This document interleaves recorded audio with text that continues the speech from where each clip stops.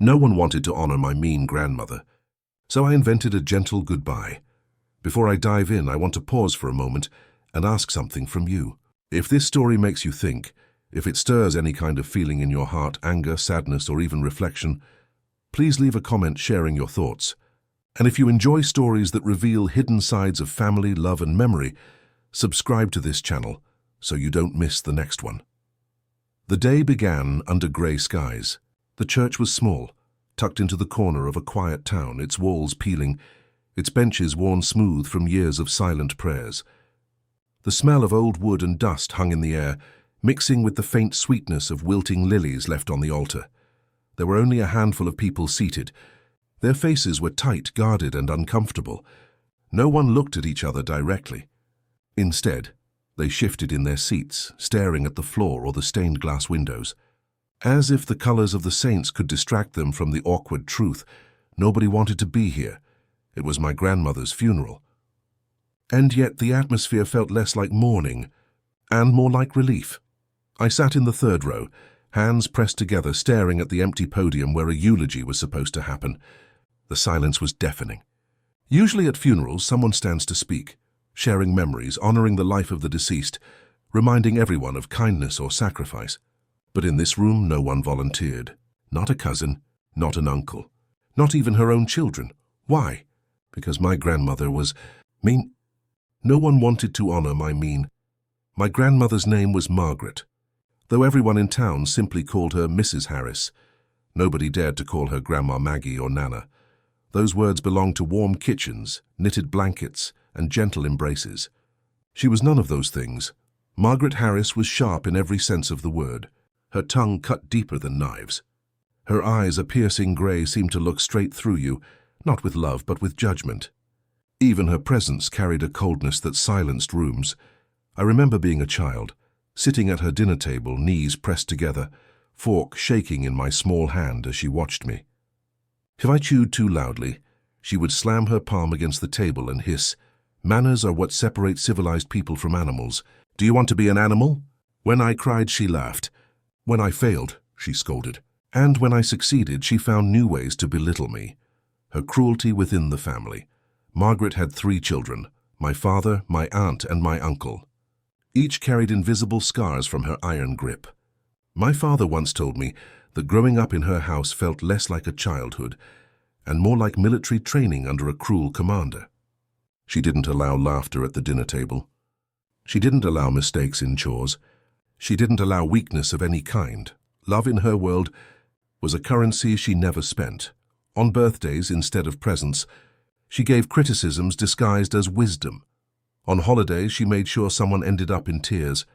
And at every family gathering, she had a way of reminding us all that she held power. Not through wealth or generosity, but through fear. Even neighbors whispered about her. Some pitied her, others despised her. But no one challenged her, because Margaret Harris had mastered the art of intimidation. How she shaped me as a child, I resented her. As a teenager, I avoided her. But as an adult, I tried to understand her. I wondered what turned her into the woman she became. Was it the loss of her parents at a young age? Was it the war she lived through? Or the struggles of poverty? Or was cruelty simply her choice, repeated so many times that it became her identity? I'll never truly know. What I do know is that her presence haunted my family like a shadow. My aunt stopped visiting her altogether. My uncle only called when necessary. And my father carried her voice inside his head like a ghost that never left. For me, her cruelty was fuel. It drove me to prove her wrong, to succeed where she doubted me, to build a life that wasn't defined by her harshness. But even then I felt a strange emptiness, because no matter how much I tried to outrun her shadow, part of me longed for the grandmother I never had, the one who might have hugged me instead of criticized me, who might have baked cookies instead of serving judgment, the silence at her funeral. And now, here we were, sitting in a church where her coffin rested at the front, a wooden box holding all the bitterness, all the sharp words, all the fear. The priest waited patiently, glancing around, hoping someone, anyone, would stand to speak. But no one moved. Not her children, not her friends if she had any, not even the distant relatives who had traveled just to be polite. It was as if everyone silently agreed, she doesn't deserve it. But as I sat there, my heart thudding in my chest, I felt something rise inside me. A question, heavy and relentless. If no one says goodbye, what does that mean about her life? What does that mean about us? The silence in the church was suffocating. It stretched on, long and heavy, like an invisible weight pressing down on everyone's shoulders. The priest's polite smile faltered. The air smelled faintly of wax from the candles burning near the altar, their small flames flickering as if uncertain whether to hold on or fade away. I stared at the coffin. The polished wood reflected the dim light, hiding within it the body of a woman who had shaped so much of my life, shaped it with her cruelty, her iron will, her refusal to soften. And now there she lay, powerless, voiceless, and still. Nobody moved. I looked at my father. His lips were pressed together, eyes lowered, jaw clenched. He had no intention of standing. My aunt fiddled nervously with the strap of her purse. My uncle stared straight ahead, his face blank. As though the coffin were simply another piece of furniture in the room, the truth hit me. This funeral was going to end without a single word spoken in her memory. Part of me thought, maybe that's fitting. Maybe silence is the truest eulogy for a woman who thrived on cruelty. But another part of me resisted, because silence, no matter how justified, felt like surrender. It felt like letting her story end in nothing but bitterness. And though I had every reason to despise her, I couldn't bear the thought of her life vanishing without acknowledgement. I swallowed hard, my palms sweating. My heart raced as if I were about to do something reckless, and then, almost without thinking, I stood. The wooden bench creaked loudly as I rose, and every head in the room turned toward me. The sound of shifting bodies filled the air. Eyes widened in shock. A few eyebrows lifted in disbelief. My father's lips parted slightly. My aunt whispered something under her breath. My uncle shook his head slowly, as if warning me not to, but I ignored them. My legs carried me down the narrow aisle toward the podium. With each step, I felt the weight of decades pressing against me. The dinners filled with criticism, the birthdays marked by scorn, the constant reminder that I was never enough. And yet here I was, about to speak for her, standing at the podium. The wooden lectern was old, scratched and slightly wobbly. My fingers gripped its edges as I tried to steady my shaking hands. The microphone gave a faint buzz as I leaned in. I looked out at the small crowd. Their faces were expectant, curious, even judgmental. Some seemed almost offended that I had the audacity to speak. Others looked relieved that anyone had broken the silence. And then my eyes drifted back to the coffin. I thought about her sharp words, her cold stares, the way she used to belittle me until tears burned my eyes. I thought about the fear she planted in every member of this family. I thought about how her legacy seemed destined to be nothing but pain. And then I thought about something else, something unexpected. I thought about the nights I had watched her sitting alone in her armchair, staring out the window at nothing. Her face softened in a way I had never seen when others were around. I thought about the way her hands trembled slightly as she poured her tea, as though even she was not immune to time, to fragility, to loneliness. For a brief second, I saw her not as the cruel matriarch, but as a broken woman. The decision. I took a deep breath. My voice cracked as I began. I know, I said, my words trembling in the microphone, that many of us here don't have fond memories of Margaret Harris. She was difficult. She was harsh. Sometimes unbearably so. A ripple moved through the crowd. People shifted uncomfortably. My aunt lowered her gaze. My father clenched his fists. But, I continued, today isn't about pretending she was someone she wasn't. It's not about rewriting history. It's about saying goodbye. And I believe that even a difficult goodbye can still be gentle. My throat tightened, but I pressed on. I don't stand here to erase the pain she caused. I stand here because silence would mean she left nothing behind. And I refuse to let her story end in silence. I let the words hang in the air. The room was utterly still, except for the faint hum of the microphone. In that moment I realized this wasn't just about honoring her. It was about reclaiming power over the story she had written for us. It was about giving myself permission to close the chapter in a way that was not defined by bitterness alone. And so I prepared to say what no one else dared. The room was frozen in silence, every eye fixed on me. I felt the weight of generations pressing down on my shoulders, as though the entire family's history had led to this exact moment. The air was heavy with unsaid words, with wounds never healed, and with decades of resentment. I took another shaky breath, my voice steadier this time. Margaret Harris was not an easy woman to love, I said, the truth sharp on my tongue.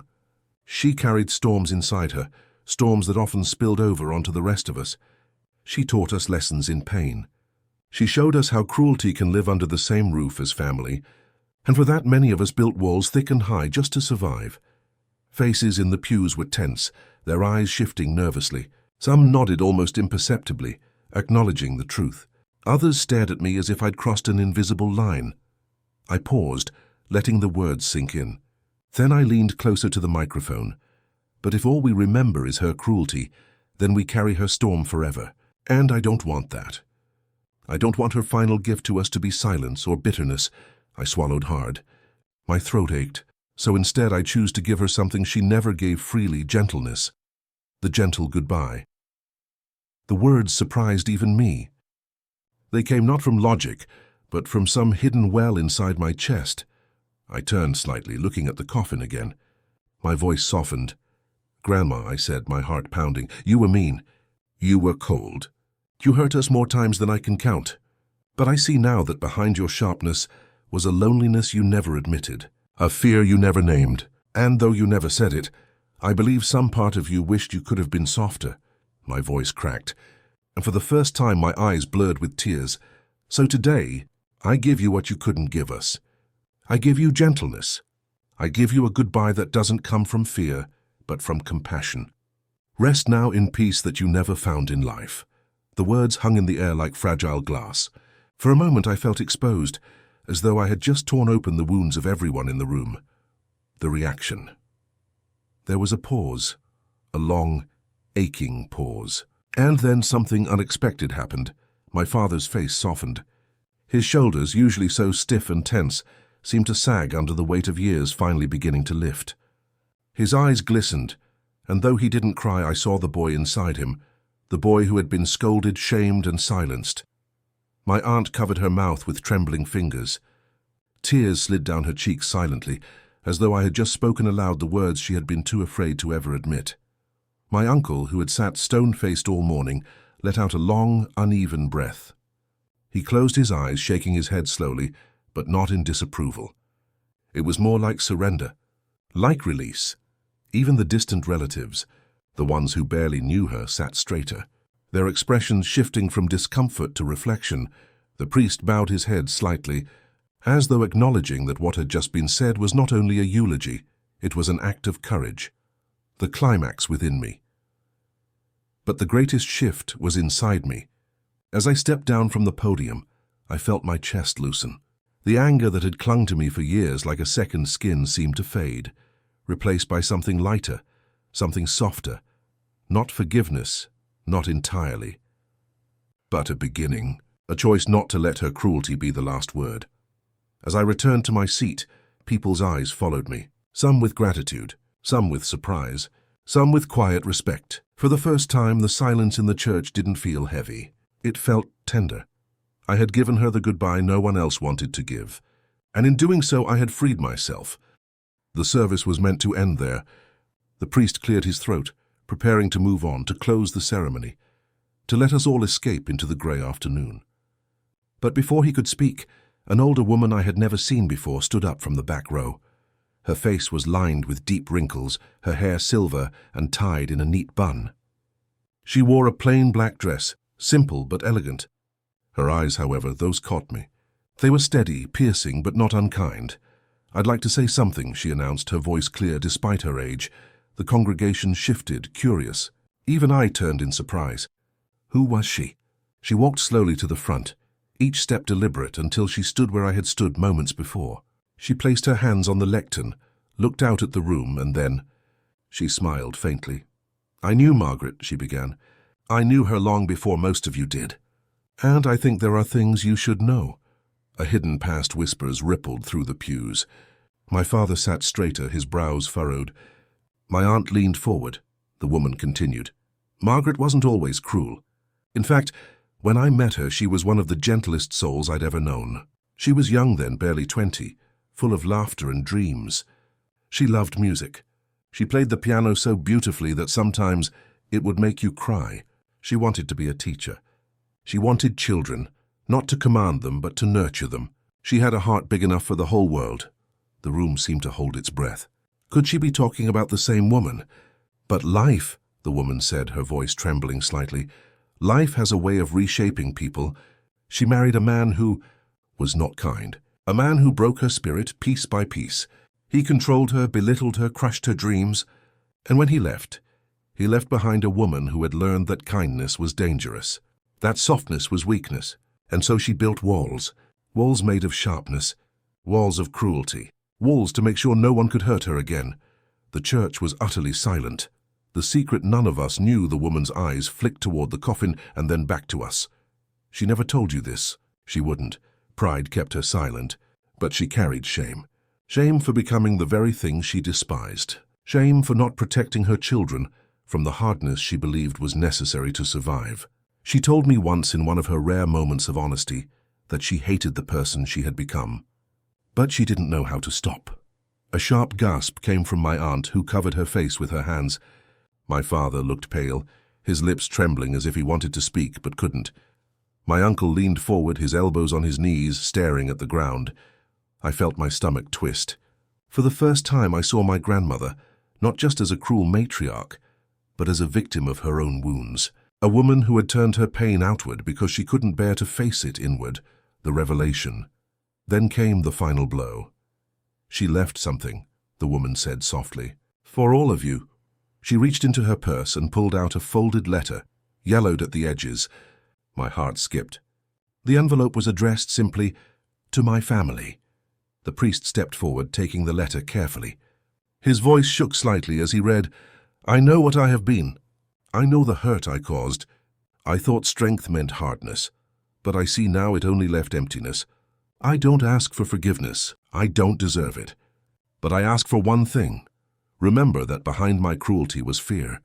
I hope one day you will choose love where I chose walls. That will be the only redemption for the life I lived." By the time the priest finished, tears blurred my vision. Around me I heard muffled sobs, quiet sniffles, the sound of walls crumbling in hearts that had been hard for decades. The twist's impact. The room was no longer heavy with bitterness. It was heavy with grief. Grief not just for what she had done, but for what she had lost. For the grandmother she might have been. For the mother she wanted to be. For the human being trapped behind her own armor. I sat frozen, my hands trembling in my lap. The letter felt like both a wound and a gift. It didn't erase the past. It didn't make everything better. But it offered something none of us expected: understanding. And in that moment I realized the gentle goodbye I had chosen was not just mine to give. She had tried in her final words to give us one too. The church no longer felt like the same place. When I first walked in that morning, the air was thick with silence, bitterness, and unspoken relief. Now, after the stranger's words and the letter read aloud, it felt human. Heavy, yes, but in a way that connected us rather than divided us. For the first time in my life, I saw my family not as survivors of my grandmother's cruelty, but as pieces of her broken story.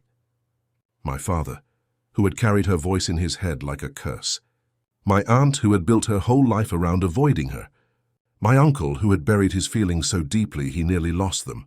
And me, the grandchild who had dared to stand up, to speak, to offer gentleness where only hardness had lived. I looked again at the coffin. My grandmother lay inside, but in some strange way, it felt like the woman we had just heard about, the young Margaret who once played piano, who once dreamed of teaching, who once had laughter in her heart, was in that room with us too. For the first time, the closing moments. The priest asked if anyone else wanted to share. Slowly, hesitantly, my aunt stood. Her hands shook as she spoke. I hated her, she admitted, her voice raw, but I also missed her. The her that maybe could have been. My uncle followed, his voice rough with emotion. I never thought I'd cry today, but now I feel like I lost two mothers, the one I had and the one I never got to know. And then finally my father stood. His words were simple. She made me strong, he said. Not in the way I wanted, not in the way I deserved, but maybe, in the only way she knew how. His eyes shimmered with tears he refused to let fall. The service ended differently than it had begun. People lingered, whispering, sharing small memories, not all of them bad. The bitterness wasn't gone, but it had softened, transformed into something closer to acceptance. Walking away, as we left the church, the grey sky broke open. Thin beams of sunlight spilled through the clouds, painting the gravestones in pale gold. I walked slowly, my footsteps crunching against the gravel path, my heart both heavy and light. For years I had carried my grandmother like a burden, a shadow I couldn't shake. But now, with those final words, hers and mine, I felt something shift. I realized that gentleness doesn't erase pain. It doesn't excuse cruelty. But it does something far more powerful. It frees us from carrying someone else's darkness forever. By giving her a gentle goodbye, I wasn't honoring her cruelty. I was ending its hold on me, the message. And that's what I want to leave with you. We don't always get the family we wish for. Sometimes we inherit pain, cruelty, or bitterness. But we have a choice. We can continue the cycle, letting their hardness become our hardness. Or we can break it by choosing compassion where they chose fear. A gentle goodbye is not about them. It's about us. It's about freeing ourselves from the storms they left behind and walking into our own lives with lighter hearts. So if you've ever had someone in your life who was cruel, harsh, or unkind, remember this: you don't have to honor their cruelty, but you also don't have to let it define you. Your goodbye can be the beginning of your healing. Final words to the audience. If this story made you reflect, if it reminded you of someone in your own life, I'd love to hear your thoughts. Share them in the comments. And if you want more stories like this, raw, emotional, and human, make sure to subscribe, because sometimes the hardest stories to tell are the ones that set us free. No one wanted to honor my mean grandmother, so I invented a gentle goodbye. And in doing so, I found my own peace.